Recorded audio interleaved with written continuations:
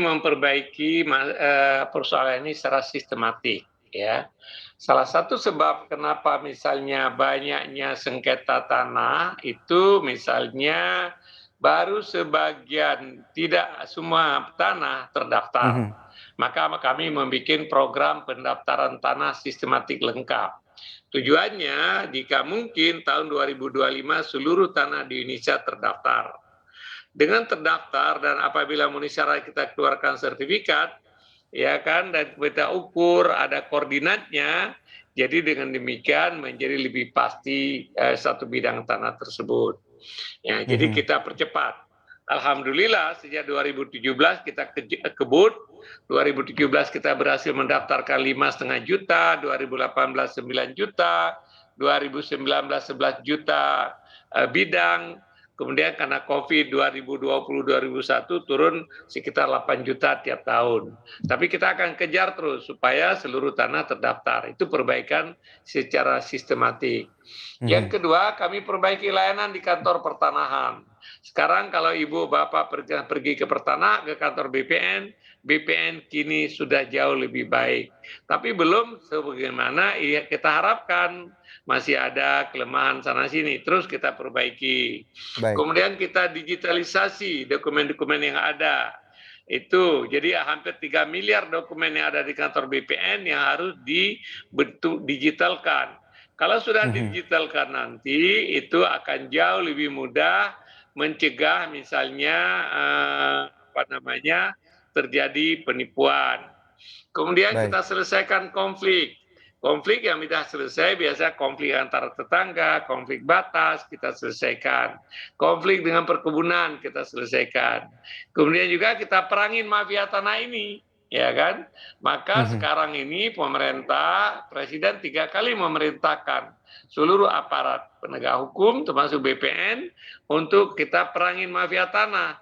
Istilah saya sekarang kita akan kejar mafia tanah itu sampai ke ujung langit. Maka Mhm. dengan tegasnya perintah Presiden seperti itu, banyak tampil kasus ini dan banyak mafia tanah kemudian dipenjara.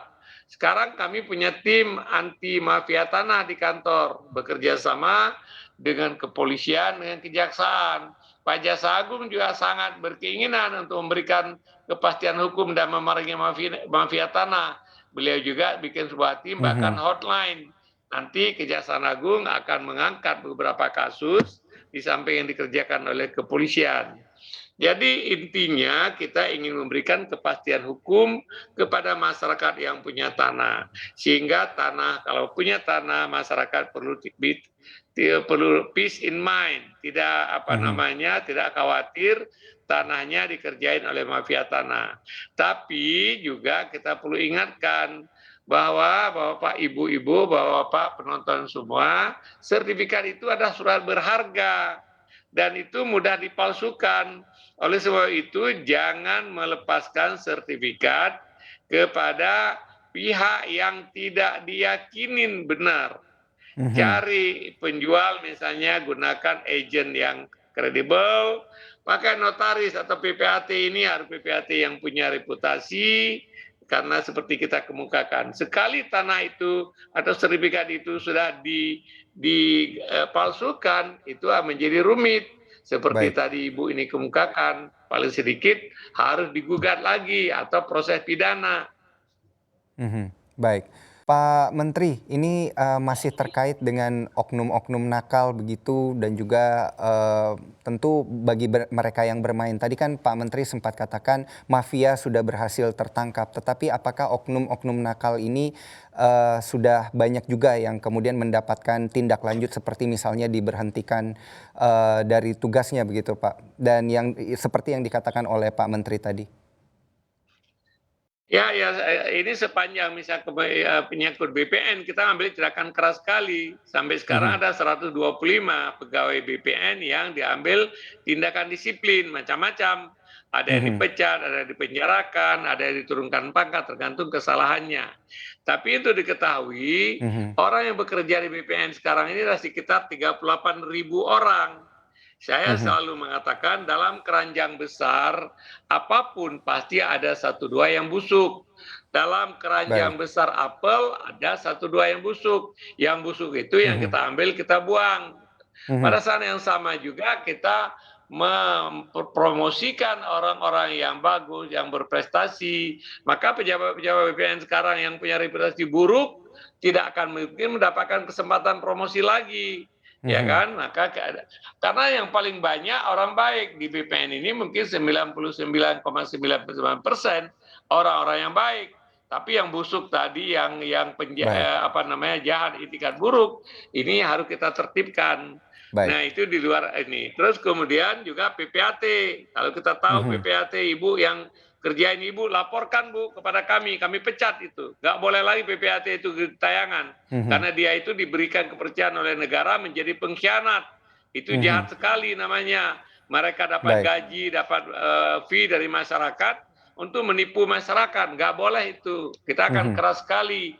Jadi sepanjang yang menyangkut BPN, kita perbaiki sistem, kita perbaiki mhm, internal, kita promosi orang yang mhm, baik, kita ngambil disiplin terhadap orang-orang baik. yang ini.